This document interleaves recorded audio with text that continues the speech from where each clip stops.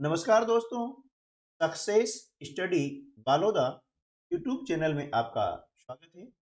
आज के इस वीडियो में हम कक्षा 8 बोर्ड परीक्षा 2024 की तैयारी के लिए विज्ञान विषय का अध्याय 12 कुछ प्राकृतिक परिघटनाएं से संबंधित जो महत्वपूर्ण प्रश्न हैं उसको लेकर हम आए हैं। इस परीक्षा में इस अध्याय से 4 अंक के प्रश्न पूछे जाएंगे। अब ये प्रश्न कौन कौन से होंगे उसके बारे में हम इस वीडियो में डिस्कस करने वाले हैं। तो आइए शुरू करते हैं हम आज का वीडियो। इस अध्याय से एक प्रश्न आएगा बहुविकल्पीय प्रश्न। अब बहुविकल्प प्रश्न इस अध्याय के अंतर्गत कौन कौन से हो सकते हैं वे हम यहाँ पर जानने वाले हैं। तो पहला प्रश्न है, भूकंप तीव्रता की माप की जाती है। ए बैरोमीटर, बी रिक्टर पैमाना द्वारा, सी सिस्मोग्राफ द्वारा और डी विद्युतदर्शी द्वारा। देखिए, भूकंप तीव्रता की जो माप की जाती है वह की जाती है रिक्टर पैमाना द्वारा, इसलिए विकल्प बी जो है हमारा सही उत्तर हो जाएगा। अगला प्रश्न है, निम्नलिखित में किसके कारण सुनामी नहीं आती। ए कंप, बी ज्वालामुखी उद्भेदन, सी तड़ित, डी। देखिए, अब इसमें से किसके कारण जो है सुनामी नहीं आती है, उसका सही उत्तर आ जाएगा तड़ित, यानी तड़ित के कारण जो है सुनामी आती है। अगला प्रश्न है, जब कांच की छड़ को रेशम के कपड़े से रगड़ते हैं तो क्या होता है। ए छड़ तथा कपड़ा दोनों धनावेश अर्जित कर लेते हैं, बी छड़ धनावेशित हो जाती हैं तथा कपड़ा ऋण आवेशित हो जाता है, सी छड़ तथा कपड़ा दोनों ऋणावेश अर्जित कर लेते हैं, डी छड़ ऋणावेशित हो जाती है तथा कपड़ा आवेशित हो जाता है। देखिए, जब भी कांच की छड़ को हम रेशम के कपड़े से रगड़ते हैं तो क्या होगा कि छड़ हो जाती है धनावेशित और कपड़ा हो जाता है ऋण आवेशित, इसलिए विकल्प बी जो है हमारा सही उत्तर होगा। चौथा प्रश्न है, भवन को आकाशीय बिजली से बचाने के लिए तड़ित छड़ कहां लगी। ए इमारत के शीर्ष पर, बी इमारत के पीछे, सी इमारत के बीच में, डी इमारत के सामने। तो देखिए, जो आकाशीय बिजली होती है उससे बचाने के लिए, उससे होने वाले नुकसान से बचने के लिए जो तड़ित चालक होता है, जिसे हम तड़ित छड़ भी कहते हैं, वह इमारत के शीर्ष पर लगाई जाती है। तो विकल्प ए जो है हमारा सही उत्तर होगा। अगला प्रश्न है, किसी आवेशित वस्तु के आवेशों को पृथ्वी में स्थानांतरित करने को कहते हैं, क्या कहते हैं। ए भू संपर्कण, डी तड़ित, सी विद्युत धारा, डी विद्युतमय वस्तु। तो किसी भी आवेशित वस्तु के आवेशों को जब पृथ्वी में स्थानांतरित किया जाता है तो उसे हम कहते हैं भू संपर्कण, यानी विकल्प ए जो है हमारा सही उत्तर होगा। छठा, निम्नलिखित में से किसे घर्षण द्वारा आसानी से आवेशित नहीं किया जा सकता। ए प्लास्टिक का पैमाना, बी तांबे की छड़, सी खुला हुआ गुब्बारा, डी ऊनी। तो इनमें से देखिए कि तांबे की छड़ को हम आसानी से घर्षण के द्वारा आवेशित नहीं कर सकते, है ना, यानी घर्षण के द्वारा आसानी से आवेशित नहीं होगी तांबे की छड़। बाकी प्लास्टिक का पैमाना है, खुला हुआ गुब्बारा है, ऊनी वस्त्र है, इनको आसानी से जो है आवेशित किया जा सकता है। प्रश्न 7, मान लीजिए कि आप एक कार में हैं और आंधी के साथ बिजली कड़क रही है। निम्नलिखित में से अपने आप को संभावित नुकसान से बचाने का सबसे अच्छा तरीका, 4 तरीके यहाँ पर आपको दिए गए हैं। ए, कार में रहना। बी, कार से बाहर निकलना। सी, पास के पेड़ पर चढ़ना। डी, बाहर निकलकर बिजली के खंभे के नीचे खड़ा होना। तो इनमें से देखिए कि जो संभावित नुकसान है उससे अपने आप को बचाने का सबसे अच्छा तरीका यह है कि हम कार के अंदर रहें। यानी विकल्प ए जो है हमारा सही उत्तर होगा। 8वां प्रश्न है, निम्नलिखित में से कौन सी घटना भूकंप का कारण बन सकती है? पहला है पृथ्वी की प्लेटें, दूसरा ज्वालामुखी विस्फोट, और तीसरा है ज्वालामुखी। देखिए यहां पर जो है क्या होगा कि सभी जो कारण हैं वे भूकंप का कारण बन सकती है। ठीक है, तो यहां पर जो है विकल्प डी हमारा सही उत्तर हो जाएगा। प्रश्न 9, नीचे दिए गए शब्दों की सूची पर विचार कीजिए। अ, सुनामी। ब, भूस्खलन। भूस्खलन, बाढ़ और द तड़ित। अब ये जो है 4 आपको दिए गए हैं, इनमें से भूकंप के कारण कौन कौन से हो सकते हैं, है ना? इनमें से भूकंप के कौन कौन से कारण हो सकते हैं?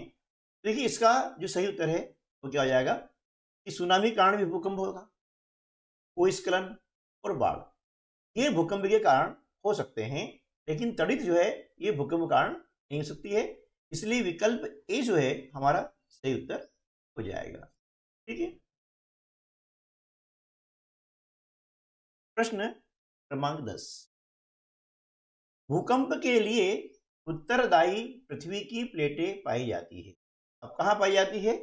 4 विकल्प दिए हैं। ए, भूपर्पटी में। बी, पृथ्वी के प्रवार में। सी, पृथ्वी की आंतरिक क्रोड में। और डी, पृथ्वी की बाह्य क्रोड में। तो इनमें से सही उत्तर है विकल्प ए। भूकंप के लिए जो उत्तरदायी पृथ्वी की जो प्लेटें पाई जाती हैं वे कहाँ पाई जाती हैं? वे पाई जाती हैं भूपर्पटी में। ठीक है ना? अगला प्रश्न है, तड़ित आघात करता है, कहाँ करता है? ए, प्लास्टिक की डंडी पर। बी, लकड़ी की डंडी पर।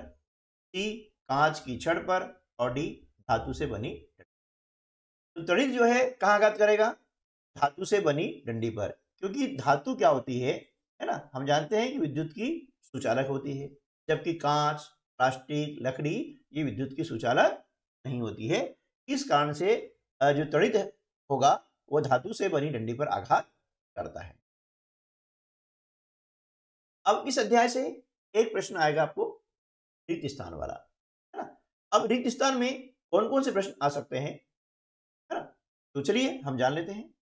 यदि आप चैनल पर पहली बार आ रहे हैं और अभी तक आपने चैनल को सब्सक्राइब नहीं किया है, ऐसे ही परीक्षा उपयोगी महत्वपूर्ण वीडियो प्राप्त करने के लिए आप चैनल को सब्सक्राइब कर लीजिएगा, और वीडियो अच्छा लगा है तो लाइक कर दीजिएगा और अपने अन्य दोस्तों को भी शेयर कर दीजिएगा। पहला प्रश्न है, सजातीय आवेश एक दूसरे को करते हैं, क्या करते हैं? सजातीय मतलब एक जैसे आवेश, है ना? आवेश 2 प्रकार के होते हैं, एक होता है धन आवेश, एक होता है ऋण आवेश। तो सजातीय आवेश मतलब धन और धन सजातीय हो गया, ऋण और ऋण सजातीय हो गया।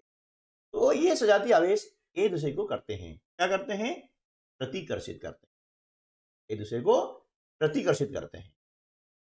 दूसरा, विजातीय आवेश एक दूसरे को करते हैं। विजातीय मतलब अलग अलग, असमान, जैसे एक धन है एक ऋण है, ये कहलाएगा विजातीय, है ना? तो विजातीय आवेश जो होते हैं वे एक दूसरे को आकर्षित करते हैं, क्या करते हैं? आकर्षित। तीसरा प्रश्न है, तड़ित चालक किसी भवन को किससे सुरक्षा प्रदान करते हैं?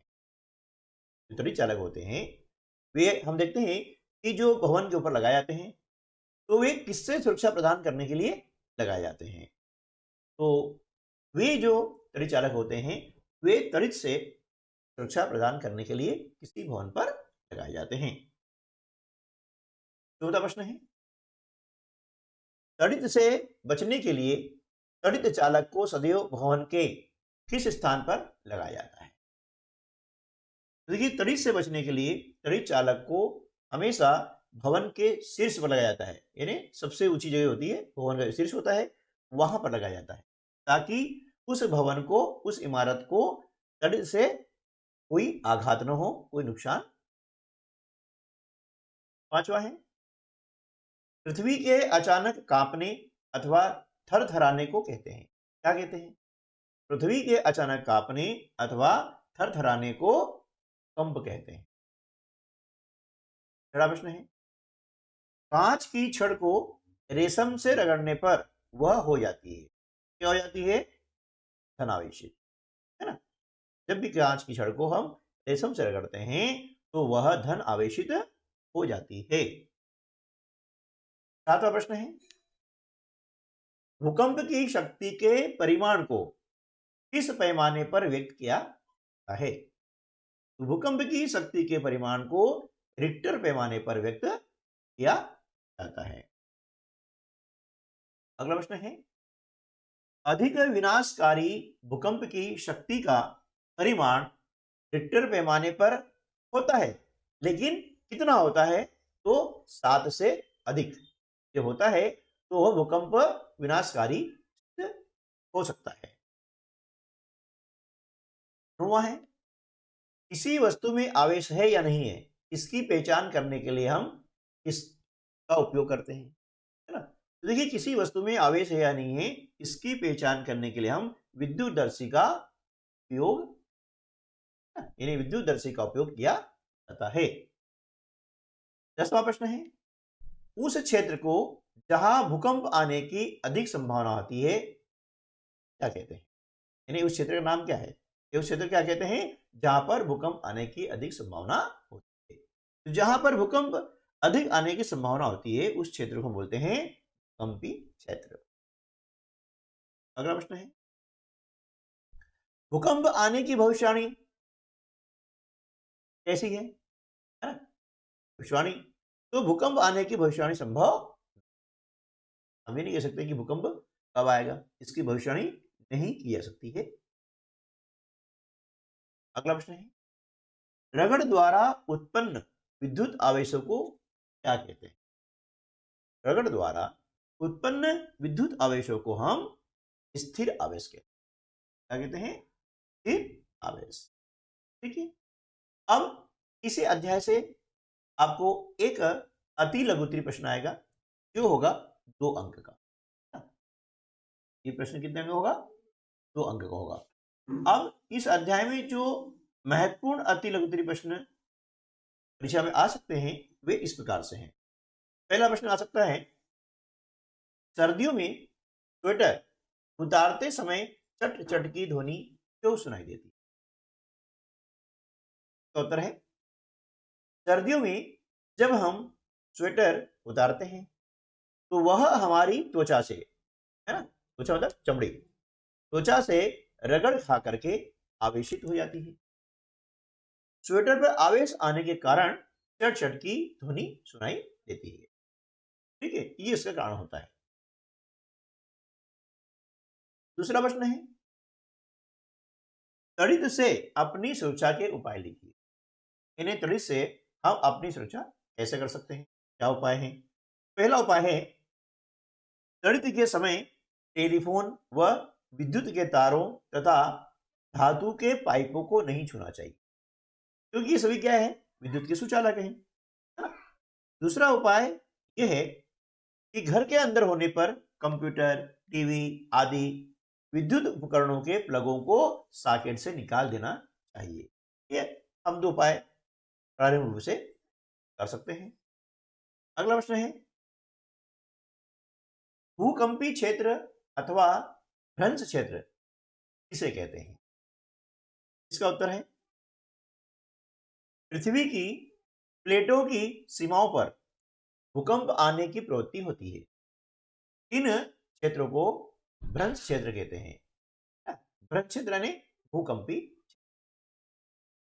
अगला प्रश्न है, आवेश कितने प्रकार के होते हैं?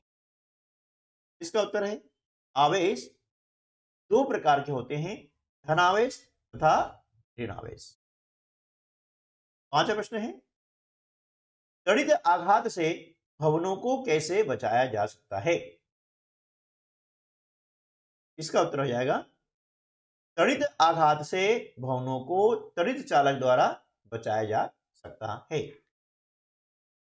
प्रश्न 6, विद्युत धारा कब बनती है?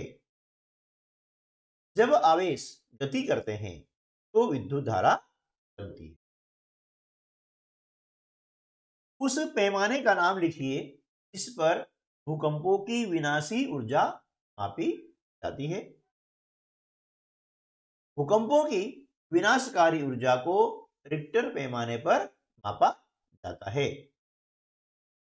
प्रश्न 8 है, भारत में अति भूकंप आने वाले क्षेत्रों के नाम लिखिए। भारत में ऐसे क्षेत्र कौन कौन से हैं जहां पर भूकंप आते रहते हैं? वे क्षेत्र हैं, भारत में अति भूकंप आने वाले क्षेत्र हैं कश्मीर, पश्चिमी तथा केंद्रीय हिमालय, कच्छ का रण, राजस्थान तथा सिंध गंगा के मैदान ऐसे क्षेत्र हैं जहां पर भूकंप आते रहते हैं। 9वां प्रश्न है, त्वरित चालक किसे कहते हैं? त्वरित चालक एक ऐसी युक्ति है जिसका उपयोग भवनों को त्वरित के प्रभाव से बचाने के लिए किया जाता है। तो आज की वीडियो में बस इतना ही। मिलते हैं अगली वीडियो में ऐसे ही महत्वपूर्ण प्रश्नों के साथ में। तब तक के लिए नमस्कार, जय हिंद।